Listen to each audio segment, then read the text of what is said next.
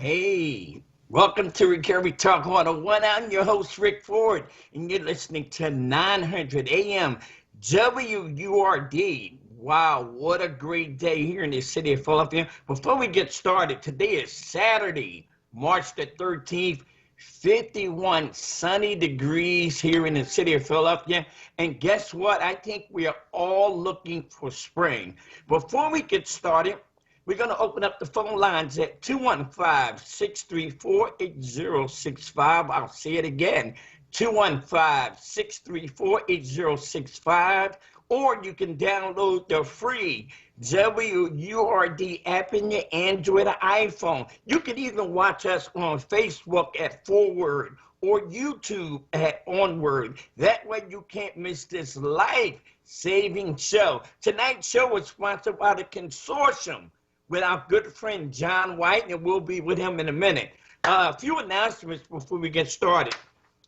Today, in front of Strawberry Mansion High School, we in the Brothers of Strawberry Mansion and Caring for Friends and Sheriff Rochelle Bilal, we provided food to the Strawberry Mansion community right here today in front of Strawberry Mansion High School. And we're going to be doing this on a weekly basis.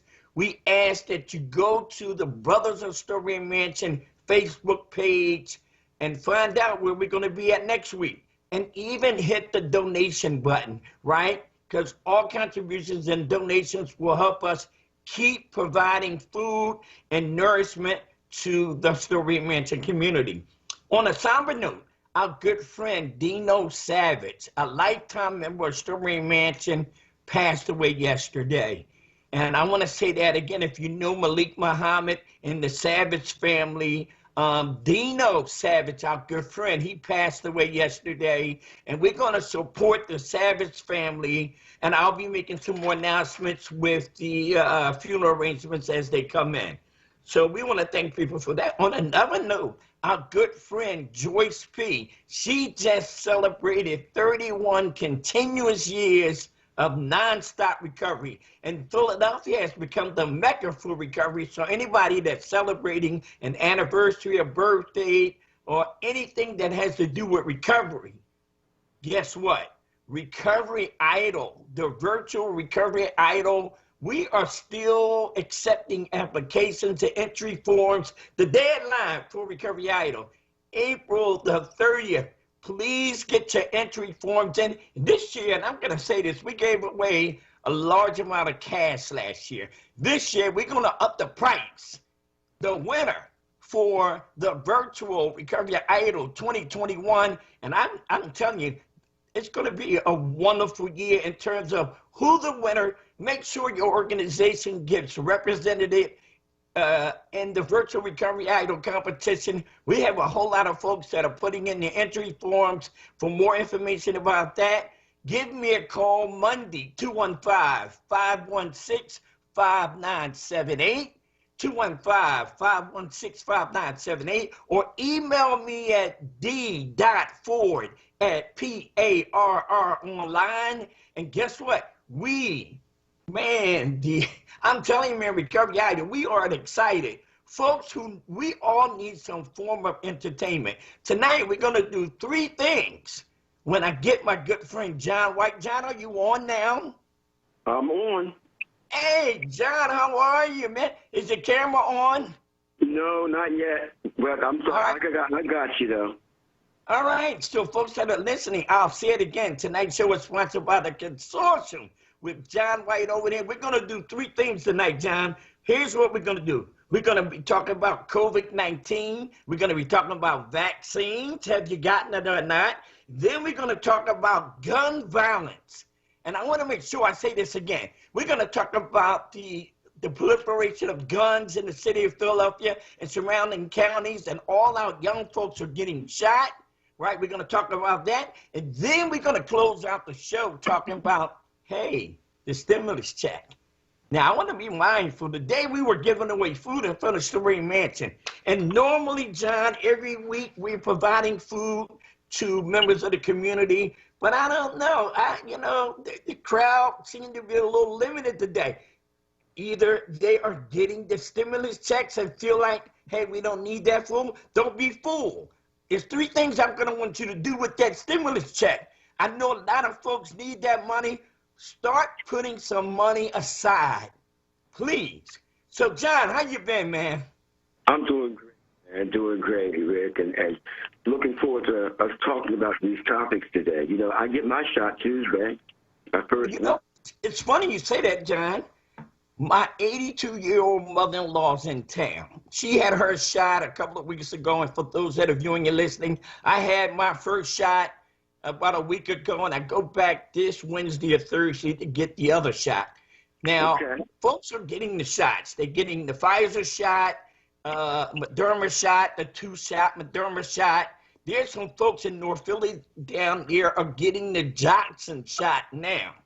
So we want to encourage people to make sure you get the shot. We're doing some testing over there. Now, I want to be clear how I say this to the viewers and listeners. If you live in Storey Mansion, listen, if you need to get tested, because there's a host of folks down that haven't even gotten tested yet. We're doing free COVID testing right there at Men and Women for Human Excellence, right there in the heart and the belly of the beast in North Philly at 2601 Cecil B. Moore Avenue. Please get over there, get tested. Go ahead, John. I got a question, and maybe you have the answer. If I haven't gotten tested, can I still get the vaccine? I think so. Now, hold up. I'm not a doctor or physician or medical expert. No, maybe if we know some folks. But you're a street say it again, John. I said, but you're a street brother. I'm sorry. Say it again. I said, but you're a street brother. Yeah, well, you know what? I'm a street guy. And you know, the funny thing about that, John, I'm glad you brought that up. I was on the phone with Councilman Dom a couple of weeks ago. They were talking about possibly doing the testing down at the link. And I said to Councilman Dom, well, my folks, there's a host of folks that I know don't even know what the link is. Right. And that the link is where the Eagles and all those play down near the stadiums. There's a host of folks I know that, and because of the fear factor, they're not willing to even travel to go anywhere like that. So my argument with Councilman O was, well, you know, and he had Bob Brady, he had John Street there, and this is just Rick Ford. This ain't a WRD commentary. This is a Rick Ford commentary. My thing is, you know, we have other venues here in the city of Philadelphia, like the Mann Music Center or the Dell Music Center. So we need to utilize all these other places. Point in case, they had folks. I took my wife down to the convention center last Saturday, and I strategically wanted to watch, John, how long it take. There was an abundance of folks in line of other expressions, and my wife went in there, she registered, and she was there and got her shot, and it took her about 35, 40 minutes. I commend the city for that, but we have to do more. We have to do more. Well, I got to give a shout out to Spectrum Health Systems. Yes. They have, you know, they've got no publicity. They haven't been on TV, but they have offered the vaccine to all of my employees. Now and are open to the community as well. And they have done a marvelous job in making this vaccine available. But you know, I just saw a news account talking about Rite Aid here in Philadelphia. Yeah. Where the statistic was, for every 21 whites to one African American getting the vaccine. You got to be kidding. The vaccine, 21 whites to one African American. We don't even know you can get the vaccine at the Rite Aid. You know, still, John, I don't know. I just really want to be open, and folks that are viewing and listening. They need to do venues that we are accustomed to attending. Absolutely. The Dell, for example. 5,487 seats. Okay. 33rd and Parking. And guess what, John? This ain't the Wachovia. This ain't the Leocourse. This ain't the Keswick. This ain't the Tower. This ain't. Guess what? Parking is free. Why can't we utilize these venues that folks are accustomed to going to or know how to get to, right? How about Belmont Plateau? Oh, but we all know about Belmont Plateau. Exactly. They have, other places have drive-through vaccines. Yeah. Okay. Why not Belmont Plateau? Why not the Dell? Why not the Dell? Yeah. So I'm encouraging people to make sure that they go get that vaccine and get tested. I'm afraid, John, that as the weather begins to get a little bit better, people are out moving around. And I want people to still practice social distancing, wearing masks, wash your hands. Oh, this is serious business, man. You have to do that even if you have the vaccine. Yeah. I'm gonna start doubling up on my masks. Okay, well, I've been doing that. Yeah. Beverly has bought so many masks. I should start selling them. We make some money. I've got masks. I've got the shields. I've got the gloves. When I come home, if I go out to the store or something like that, when I come home, she sprays my jacket. Wow. Okay. I hope Sheila hears that, because my wife is cautious about, and I'll say this publicly and open, we don't really we haven't had any guests but family members in our homes. Right. Same here. It's almost like you have to do a precautionary thing when you go out the house and come back in, unwind, unwash. It's a lot that we got to do. Protect ourselves. And you know what, though? You mentioned the weather changing, right? Yeah. Shouldn't that increase the number of sites that are available for us to get it? Mm-hmm. Okay? I mean, I've got some crazy ideas, like as the weather gets better, the drive, West River Drive. We talked about the Dell, right? We mentioned the Man Music Center. We mentioned Belmont Plateau. In the fine weather, we can increase the number of locations. Absolutely. I don't know. And I don't know what the plan is around that. But guess what, though? What about the special populations? What about those in our addictions, in our recovery community? Yeah. What provisions are being made for them? I'm thinking about the elderly folks who are basically unable to go out. I think of these senior citizen homes. They don't have their vehicles or the way to get around. That's bringing that stuff into these senior citizen homes and all these places, man. What about the mentally ill? What about those who show up for treatment or therapy every day? Yeah. They ought to use some of the community-based organizations' locations, to begin to pick off some of these special populations. I mean, you think about the Black doctors, and we need to give them a hand for their commitment and the leadership that they've been doing, man. Greater Philadelphia Health Action is another one.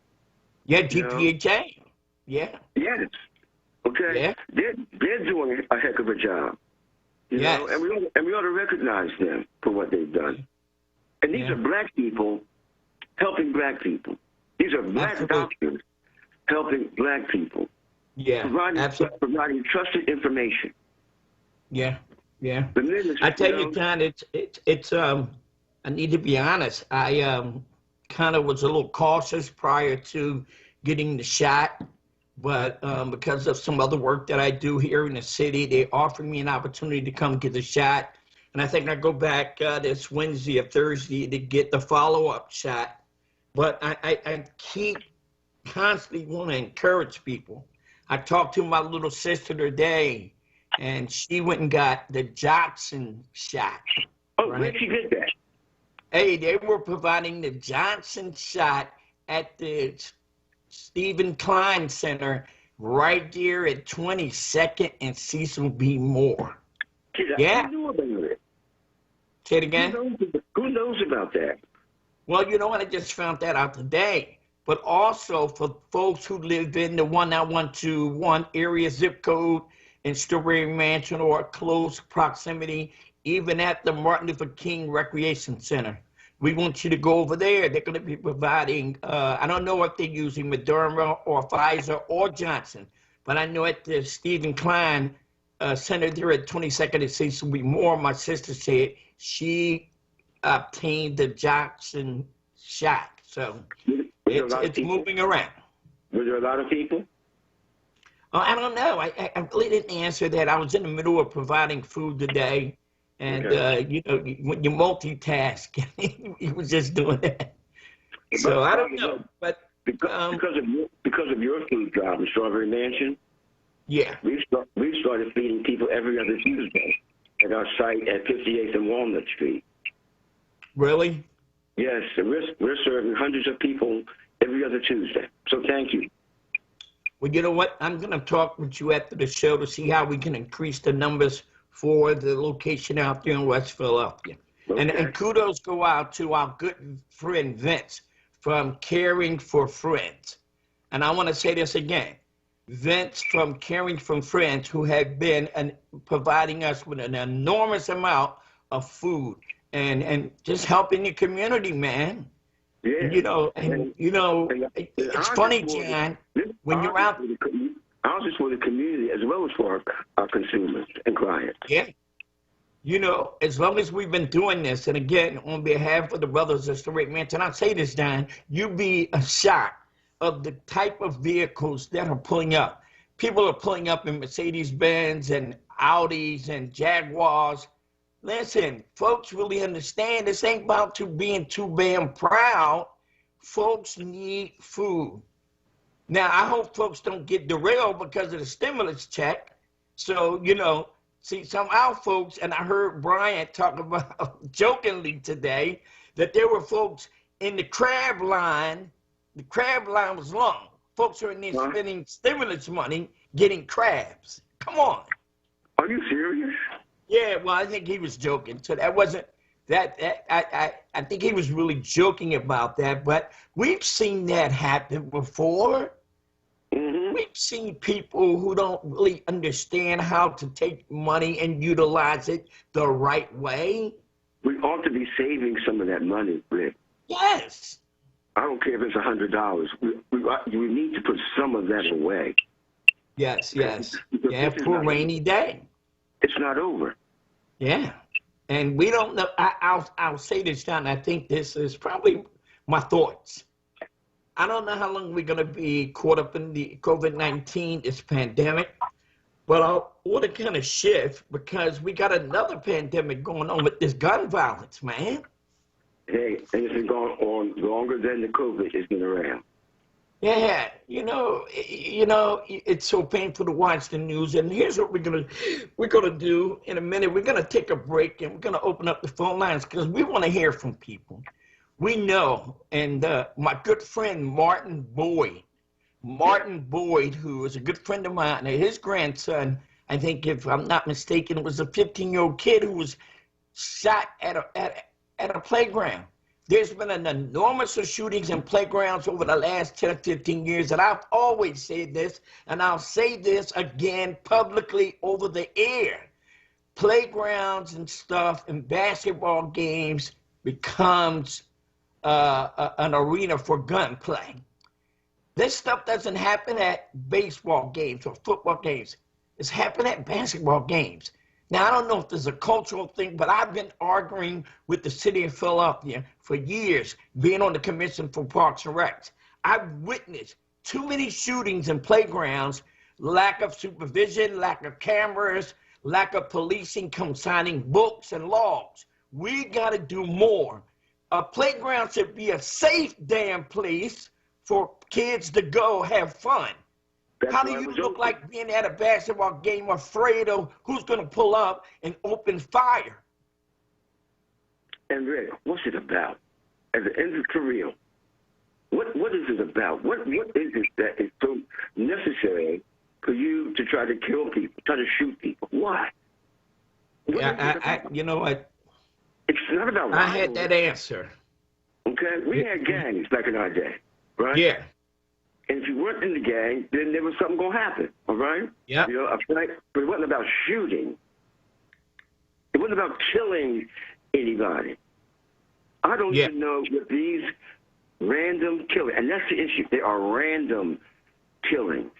It's two people who don't get along, and one decides, bang. Why not try to settle the argument without taking somebody's life? Yeah. Remember fair ones? Yeah. Yeah. You know, I wish we could, but you know, John, I wish we can go back to that. But the true reality of it is, these guys don't know what a fair one is. You know, like I know. If me and you got into an argument or a fight, we fight, and the next day we be friends, shaking hands. Right. Those days are gone. These guys will get a gun quicker than they can get a job. And it's painful. I looked at something on the news today. An organization created this act, the Truth Act. And kudos go out to my good friend Stanley Crawford from the Black Male Community Council. They had a mediation training today. Next week, we'll talk a little bit more about that. But we got to start looking out for us. You know, we got to move away from the no snitching thing, and we got to save lives, man. You just gave me an idea. Come on. What did you mention about the training? Mediation training. Yeah, they did the training today, and I'm going to make sure we kind of keep that going. I'm going to give you the number to Stanley Crawford from the Black Male Community Council. He called me today talking about the enormous amount of brothers who showed up for the training, mediation training, conflict resolution, how to deal with cats that are bullying, how to mediate and say, hey, can we just work it out? Why can't the consortium facilitate that training in West Philadelphia, where we are? Well, you know, I'm going to make sure it happens, because I'm going to connect you with John White. I mean, with Stanley Crawford, and so we can get this done. You just gave me an idea, and I'll be on it tonight. Let's do it. Okay? But tell me this. Here's one thing that troubles me about the gun violence. I know that we have a number of individual organizations and groups that are trying to address this. But you know what we don't have, Rick? We don't have a community-wide effort to end gun violence. When you say community, expand on that, John. We have a number of individual organizations across the city that are making their statement known right there where they are in that locations, right? And they're all working in silos. They're all working in silos. Why can't there be a citywide organized effort to address the issue? Why not? All right. I'm not in office anymore. Okay, so I don't have the cachet that maybe I had 10, 15 years ago. Somebody needs to invest the time and effort in doing that very difficult task. Make it a citywide, community-wide effort to end gun violence. A citywide community effort to end gun violence. All of us coming together. Idea sharing, the approaches to take. And a community-wide effort will really focus the media on it as well. Instead of just reading about someone being shot every weekend, almost every day, maybe the news will be, you know what? In the black community in Philadelphia, they're not going to stand for it anymore. And they've taken this matter into their own hands. That's us. Why not? Why not? Well, John, here's what I'm going to do. But I want to be a part of that. I want to be a part of that. That's what I want to be a part of. I want to be a part of an organized community. It's affecting our community. Yeah. But as a community, we're not standing up, Rick. As a community, we're not. We are operating in all these different silos.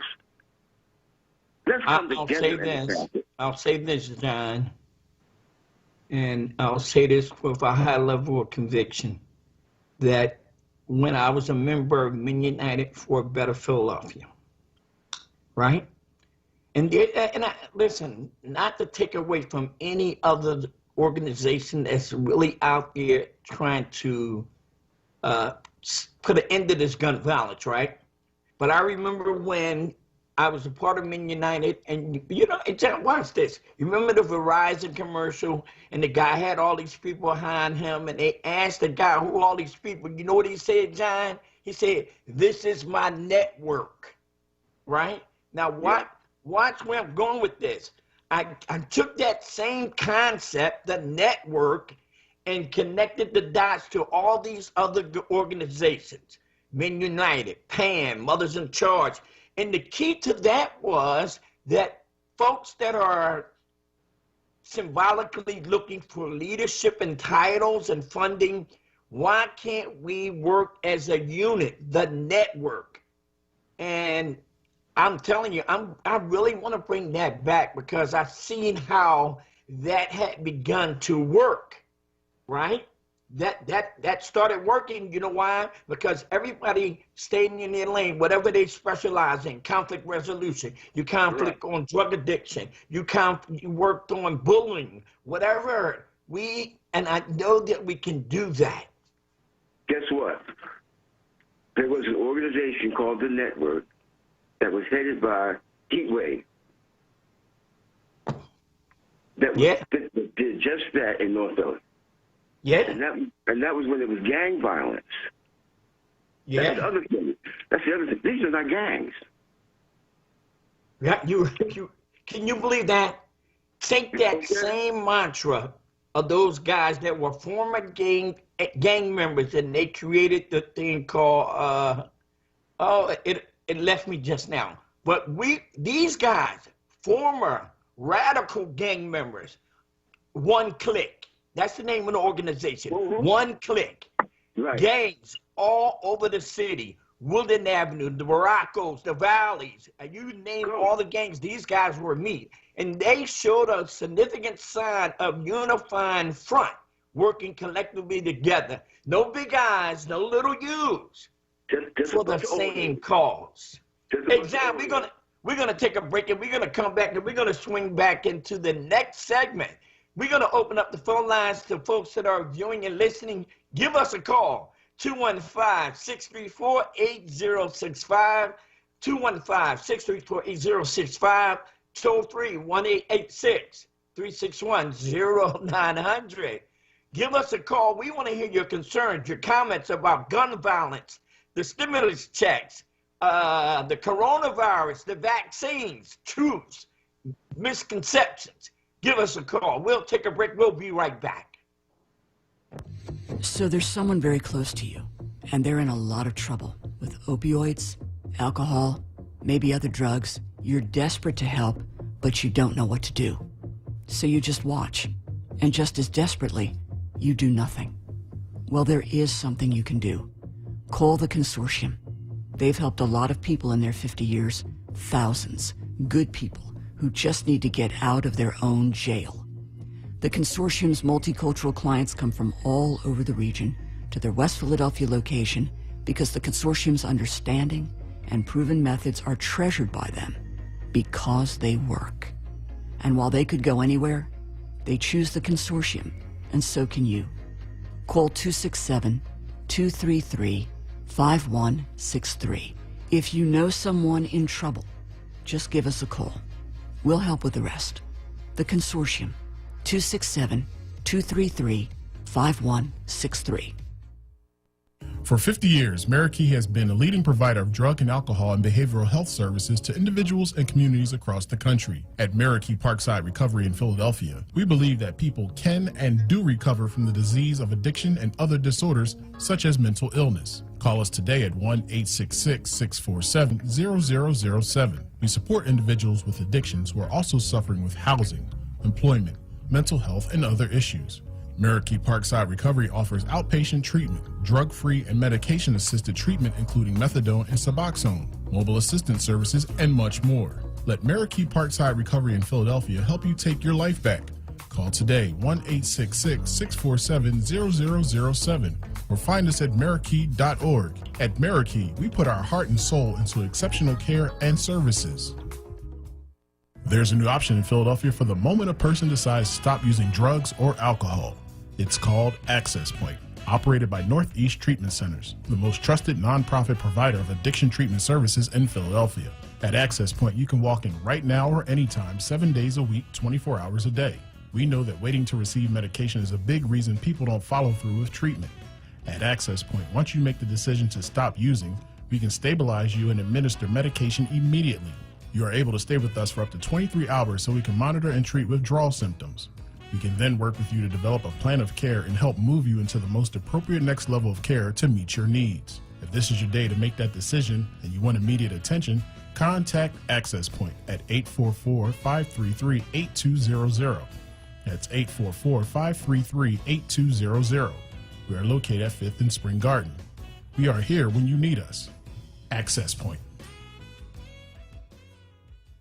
Do you or a loved one suffer from an addiction, trauma, or mental illness? Here at the Kirkbride Center, our mission is to help our patients, their families, and friends by providing a therapeutic environment for treatment and recovery. Located at 111 North 49th Street in West Philadelphia, Kirkbride provides both short and long-term inpatient care for adults who need help from recovering from mental illness and drug and alcohol addictions. And we specialize in the use of methadone and Suboxone for the treatment of opiate dependencies. This year, our staff has also pioneered a new long-term residential program for women with addictions who are survivors of trauma, the first of its kind in Philadelphia.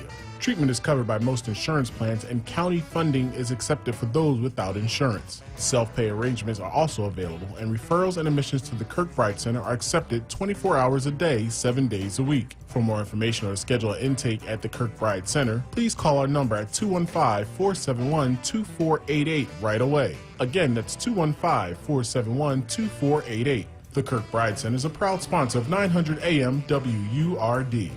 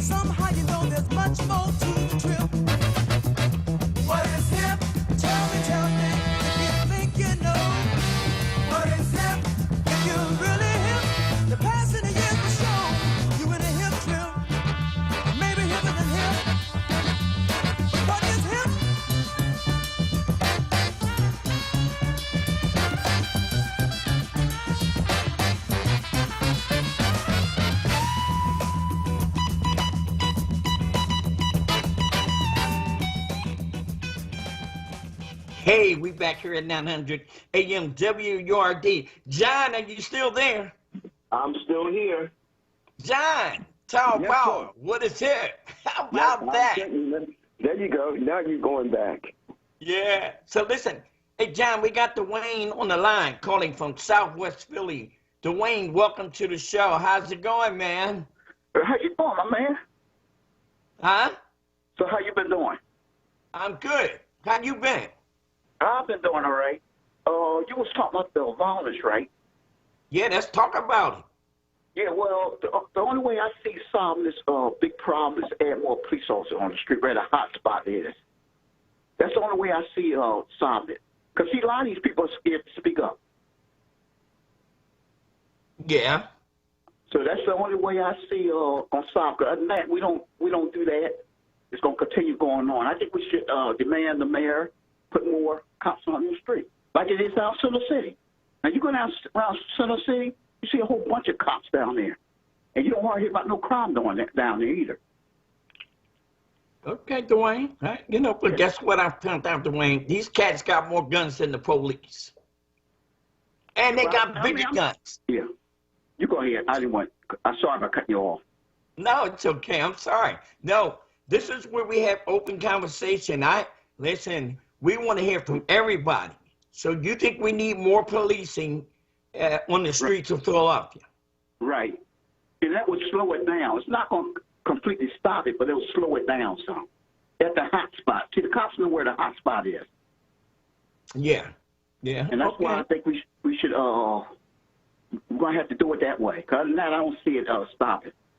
Okay. So I'm gonna make a note of that because one of my next big meetings with the police commissioner and the mayor, we want to talk about hiring more folks, and I'm just gonna make the note of that, Dwayne. All right. All right. All right. Thanks for calling. Hey, John. Yes, sir. I'm here. What's your thoughts? I think that's very well has to be part of the solution. Okay? But again, I go back to this community-wide, city-wide effort to address this, to make those demands. I just believe that we need to do some homework. We need to know where the hot spots are. Where are the hot spots? Oh, we know where the hot spots are. We find this out, John. We find this out on a weekly basis. But guess what? You got to put the right people out there that know about the community. You can't put these young cats that come from New York as a rookie cop and put them in the belly of the beast. Who don't know anything about the community. Hello, hey, look what happened to out there in West Philadelphia when my man was killed. That was coming to consortium, right? Yes, indeed. That's right. Now take a look at those guys. Not to say that it's racially divided, but they were young, rookie. I don't even think they were rookies, but you put these guys in West Philadelphia in the heat of passion, right?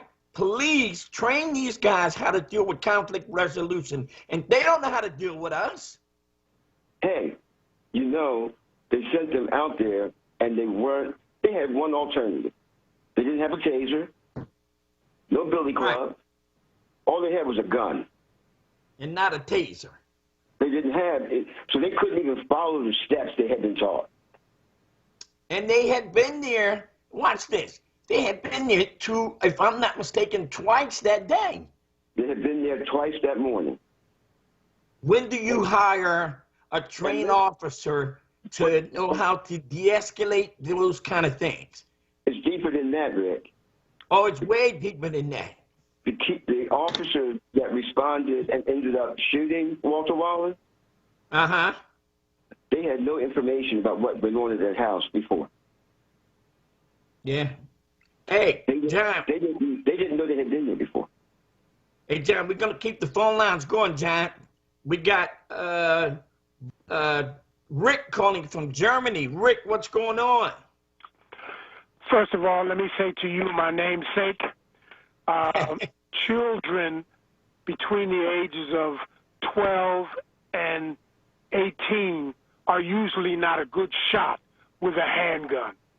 And if you're talking about firepower that is greater than that which the police have, you're talking about older men. The older men are hanging back in the cut and letting the children for the last 30 years take the heat by supplying them with heat. Exactly. Yeah. And by the way, my brother, thank you. Be safe over there, and thank you, okay? But check it out. Yeah. Rick, we love you, man. Rick, they thought I was crazy when I said, change the law.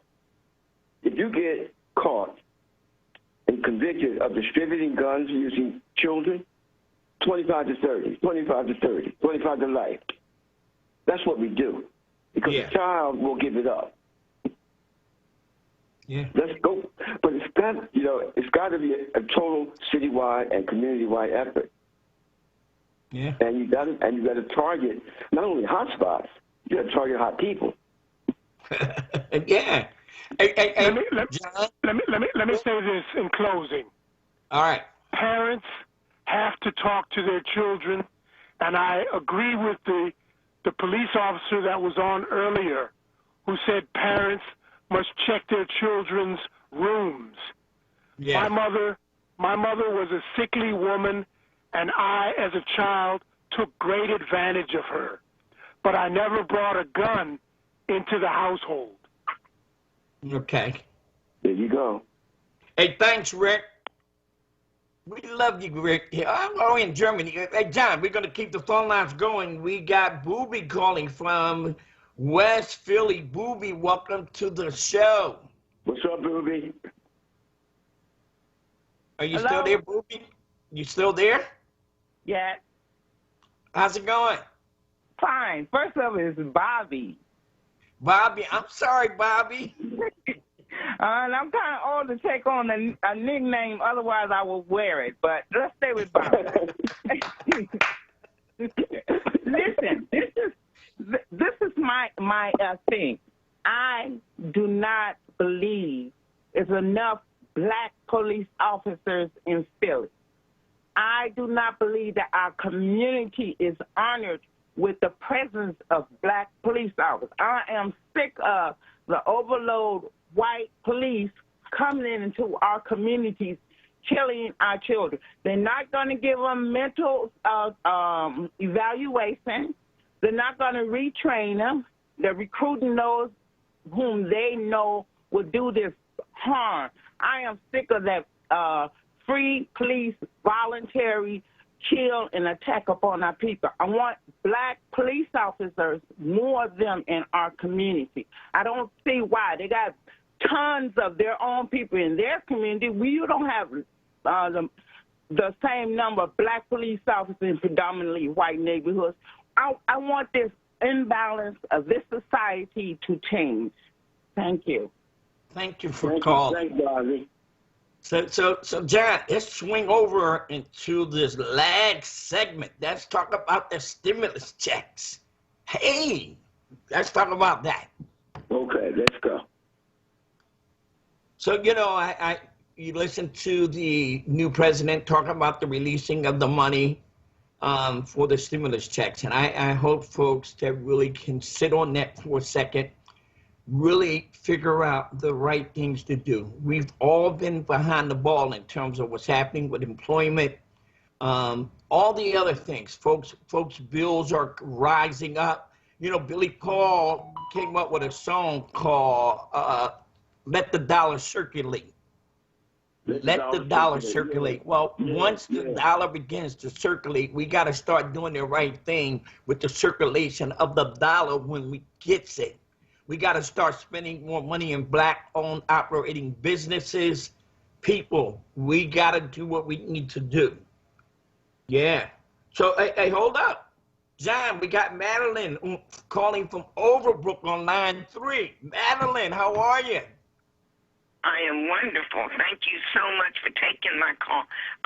Today's shows have been terrific. With the sheriff on, and she's fighting a fight. Remember that. The inquiry is trying to get them to shut down. We don't need no row office for voting. We don't need a row office for the sheriff and register wills, they are telling. Those are jobs that would be out of our reach now that we have finally got into them. So folks, and all you young people, please get yourself to the polls every time. And we need to have lessons on civics so we know why we're voting. You think more young people would come to vote if they understood why we're voting? And while you are taking that, put it on the back burner while we go to this one. And then I'm going to get off because I don't want to take up all your time. I am so grateful to hear what's going on. But I feel it every day because I live in West Philly. I lived in my whole 87 years has been spent in West Philadelphia. I'm not leaving. And I'm not telling nobody not nothing. We need to keep our homes. We got to help to make sure they understand, and the sheriff's officers want to have the thing on the sheriff's sales. Don't let them take you home. Please take the time to go and get what needs to be done to hold on to what you have. And we must commit to voting every election. No president, yes. Senators, yes. State legislators, yes. City council people, yes. Mayors, yes. Everything, yes. We are going to the polls. If we don't like this person, we're going to start looking in our neighborhood for who we want to run. Who we want to run is people who have an interest in our neighborhood and try to show us and lead us to get more and better for our communities. God bless you all. Thank you. God bless you, Madeline. Thanks for calling. You know, Jan, when she was talking, it was really interesting. I was doing my college work study at the Register Wheels. Ronald Donatucci had been sitting in that seat since I was in high school. Ron You hear me? Donatucci, John, and Bill Miller. thank God for Tracy Gordon in there now, because these folks of the other expression get these seats and sit on them. Now, John, I was in high school. I started doing my college work study at the Register Wills. So he had been sitting in that seat for almost 30 years, if I'm not mistaken. How do you sit in a seat in the city of Philadelphia for 30 years? By getting reelected. Yeah. Ron Donatucci happens to have been a very close friend of mine. He got elected. We got elected at the same time, and we sat right beside each other in the legislature. Yeah. He recently passed away. Yeah. He wasn't visible, but he was a servant. Yeah. I miss him. Were there faults? Yeah, but he won every election. He lost this one. So it's Wow, not like, you know, Jan, I tell you, it's not like he was handcuffed to the job. He was reelected him to the job. Yeah. Yeah. So I don't know. So John, you and I, we can agree on the length of service, but I'm telling you, he was a good guy. Yeah. I miss him already. Yeah. Well, I think it was time for some youth and a change of leadership in some of the things here in the city of Philadelphia. Not only for no doubt. You was for those that are viewing, John, when you was in city council, then you went up to the state as in charge of what? The welfare department. The welfare department. So you have a extreme knowledge of the political climate and how they operate. Yes. Things have changed, but yes, I know and understand the fundamentals of how decisions get made and why. Yeah. So, John, what else is happening over there at the consortium? Hey, Folks man, need to know. We're working hard. We're working with the city now. We have one of the mobile crisis units that respond to people who might have a mental health crisis. Yeah. And they've asked us to work with them in adding another team, which would give us 3 teams that would work in West Philadelphia, Southwest Philadelphia, and respond to people in crisis. We're also looking at the whole issue around autism. And really? Yes, because we have a intellectually disabled program that we operate where we provide support to people with ID. And autism, certain spectrums of autism are classified as intellectually disabled. And we have a feeling that there are a lot of black children, period, but in West Philadelphia in particular, and families, the parents don't have the information about the services available for their autistic family member. And we want to provide that information so they can make wise decisions. I mean, we know of families whose children haven't been to school because they're not prepared to handle children who have a behavioral problem. The police, if you're autistic, and let's just say you do have a behavior problem, and you start yelling and screaming, you're not violent. It's your disease that's kicking in. Some officers don't understand that. And it's a serious situation when your child, sometimes when they're denied, have an overt way of expressing, their anger. They can't talk. So they scream or they push to get your attention. You don't want your child in a situation where a police officer has to decide, what is this? And seldom do they think that the child might be autistic. So we're looking to expand that. We've opened our case management unit to be in Walnut every other Tuesday, including this Tuesday coming. We feed over 200 people every Tuesday. We're working with the SHARE program to do that. Wow. And we're gradually coming back to face-to-face services. Great. We're going to be mandating, putting a notice out tomorrow night, that every employee has to be vaccinated. Every employee has to be vaccinated. That's great. We got, hey, John, we got about 2 minutes. So we got to wrap things up. Anybody you want to thank before we let you go? You shouldn't have asked me what was going on. Yes, I did, as a matter of fact. I want to thank those people whose services are taken for granted. Yeah. Can't call you by name, can't even call you by profession, but you know that you're doing good. You know that you're helping people. Mm-hmm. And no appreciation demonstrated. I want to thank them. A lot of them are the people that we work with, Rick. Yeah. They don't have name tags. Yep. But they provide a tremendous service to us.